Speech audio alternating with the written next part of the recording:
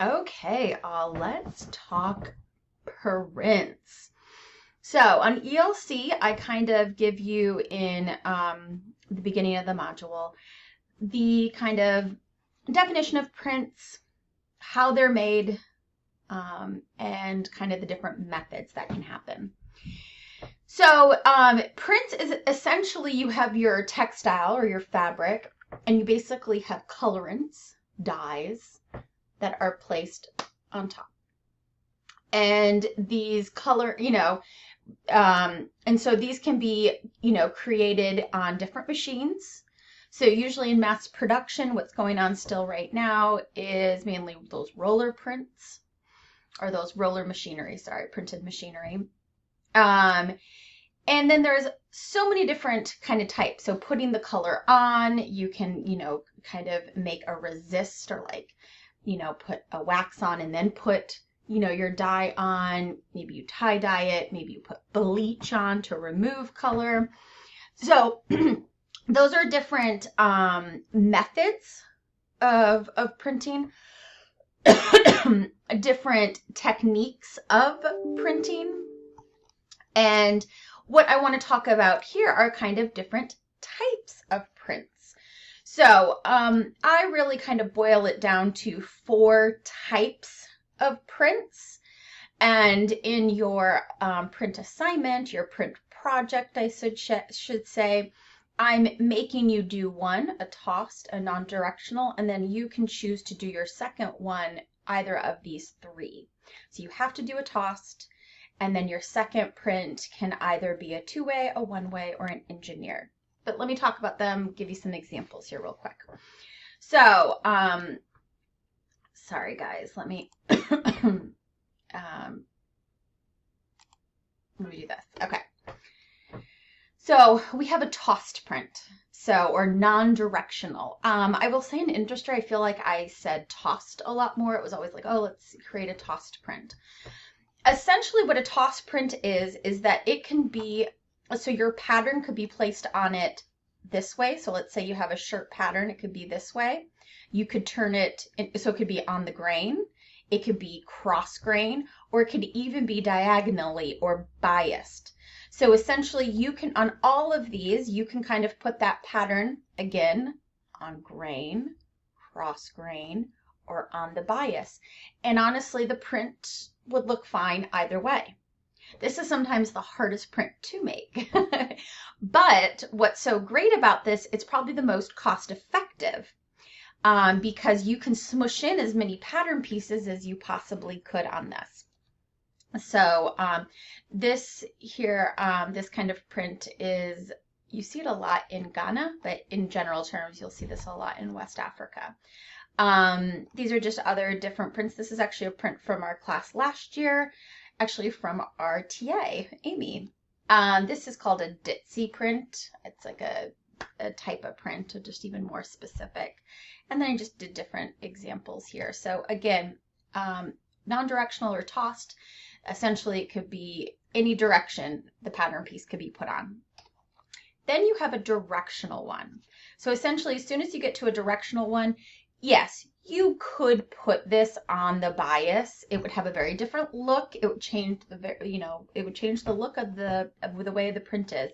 But essentially, this does have a direction. It has 2 directions.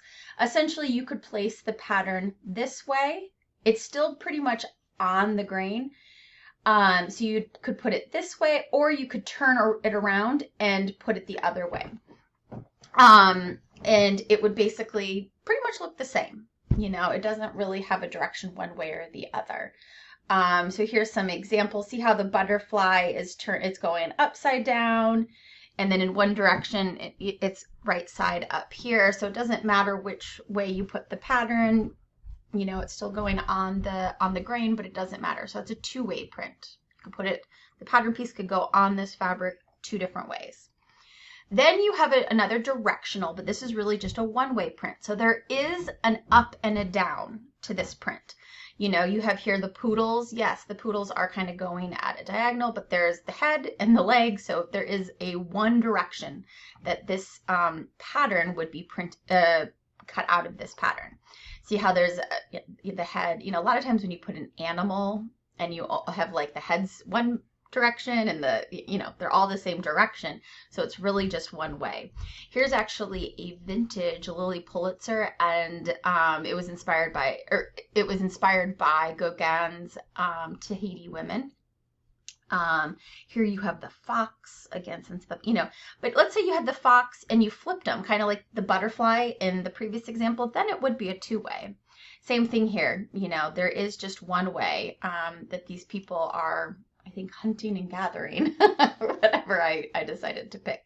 Here too, there's kind of, you have the root system down here, which is kind of the bottom of something, and then the blooms, which is on top.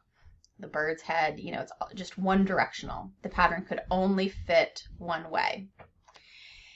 Then you have probably the most restrictive, and this is an engineered or a border print. So it's really engineered. So this is probably more like really engineered. So this part of the pattern is going right here on the center front, right at the kind of thigh area. This was going, directly right on the bust. So that pattern piece really has to be cut out right at that kind of direction. That's like the most expensive. This would be kind of considered a border print. This would be like more of a border print. Kind of here a border print. This is kind of engineered. You really have to fit the pattern piece exactly where you would want it on the garment. Another kind of border print. So when you're looking at these different prints, they really kind of go from, a tossed print is the most cost effective because you really have the very littlest kind of wastage when it comes to printing out, cutting out the patterns, because these pattern pieces can really be stuck on any direction and can really go all these different ways. Then you get a little bit more expensive, a little bit more expensive, and then the most expensive.